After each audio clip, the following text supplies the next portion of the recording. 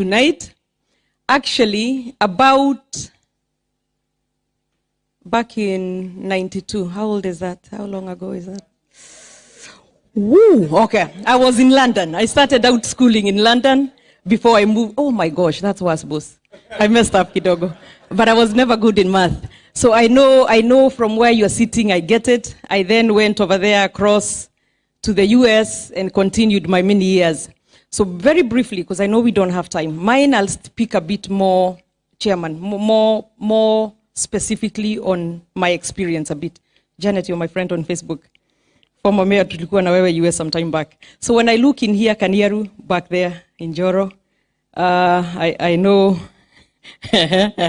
So anyway, when I look in the room, I know so many of you, and I just wanted to say that for myself, my journey has been a bit different kidogo, but I wanted to talk to you, to talk to that because of you, Chairman.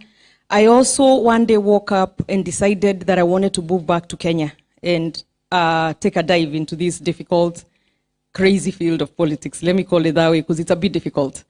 And at the time, the reason that I decided to go back when I went back is because the new constitution had just come into place, and I felt that maybe there was better room even for women, so to speak. So I left my law practice then, and I decided to hop on a plane about 14,000 kilometers back to Kenya with my 2 little girls and go figure this thing out. So talking to you about maybe perhaps sometimes you just have to take a leap of faith. And initially also, I didn't get it because I went, and I always tell people, sometimes it's nice to be ignorant. I know that sounds crazy. Because if I knew what I know now, I probably would not have been brave enough to even try and do it. Because I went there, and it was 6 months to the elections. Can you imagine? Like, you can't be here if it's 6 months to the elections. I'm sorry to burst your bubble, but it's just going to be difficult. Because people start campaigning many years before, unfortunately. Unfortunately, you know, it's the truth. So if you're seeking a seat in these elections, you need to be home. You need to be in the ground. You need to be in the villages. I would go to some places because then I had decided to run for a seat in Bahati. And Bahati borders, and I'm talking very fast, boss, Bahati borders Nakuru Town East constituency. And I would go in and I would talk and I would tell them what I'll do. And then I finish and I get out and somebody, and you do what you're supposed to do. Munaelewa hapo? Kanyaru, I know you know. And then nikitoka hapo nasikia mtu ananiambia hapo hata haikuwa Bahati. Hiyo ilikuwa Nakuru Town East. Because I had been gone from Kenya about over 20 years, yeah? So, and I look back, and honestly, and in all honesty, and no offense, guys, I look back and I'm like, honestly, I should not have been a choice. Because I know I went to one meeting and they're like, so what are you going to do? And then I was telling them about this community policing, and everybody's looking at me like, what? You know, like I just, yeah, I just didn't get it, yeah? So, but saying all that to say, then I didn't make it. I did not make it. I had spent all the money that had come with. I had my 2 girls looking at me and asking me, why would you bring us here when you told us that your dad took you to America so you can study, but you have taken away that opportunity for us and you have brought us here and now you're done. So I put my furniture on, there's a diaspora, like expatriates website where you can sell your sofas.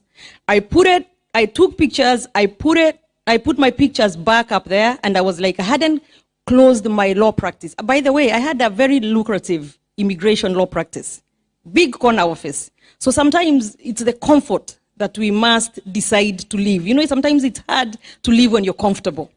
So I decided I'm going to sell my chairs, get tickets for the 3 of us, me and my 2 girls, and we are going to get out of here. And then I saw a newspaper thing that a Sunday, like a week to go, and it was saying I was seeing speakers for different counties, assemblies, and they all seemed to be lawyers. And because my background was in law, I was like, why not try? But I was a bit also scared because I was like, now if you fail twice, it kind of kills your morale.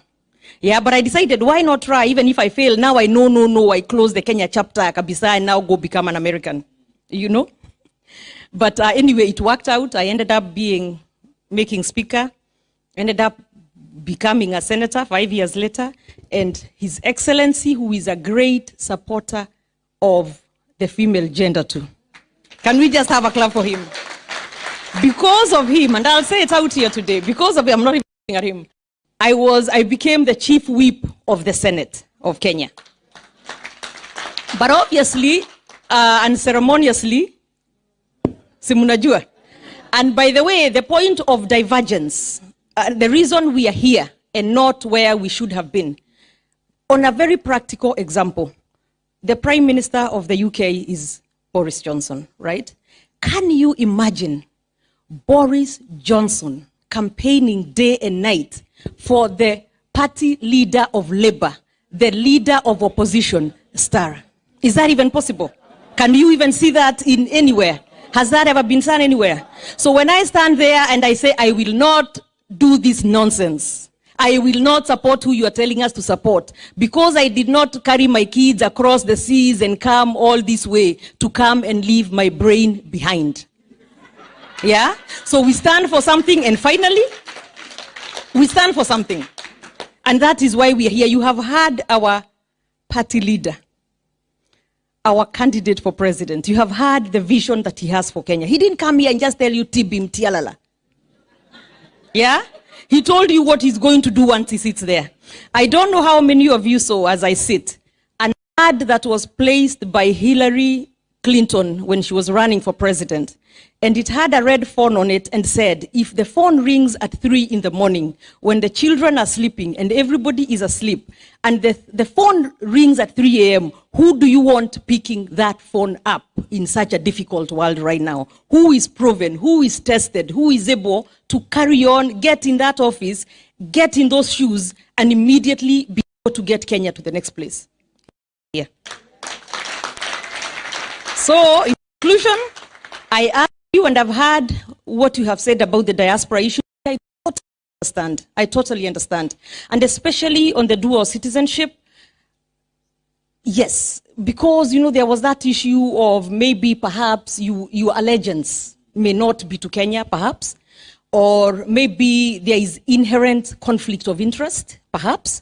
But I also think both, when time comes, because I know God will give us this, because he knows we have a plan for Kenya, we need to revisit that. There are things that need to be revisited so that we can make it easier for those in the diaspora. So thank you very much. And for those of you from Nakuru, muko wengi, Janet, yeah, you're in Molo, yeah? Yeah. So I'm also asking that if you talk to your relatives, and when you know here, you don't only vote for the president, but pia mnaweza nisaidia when you talk to your relatives,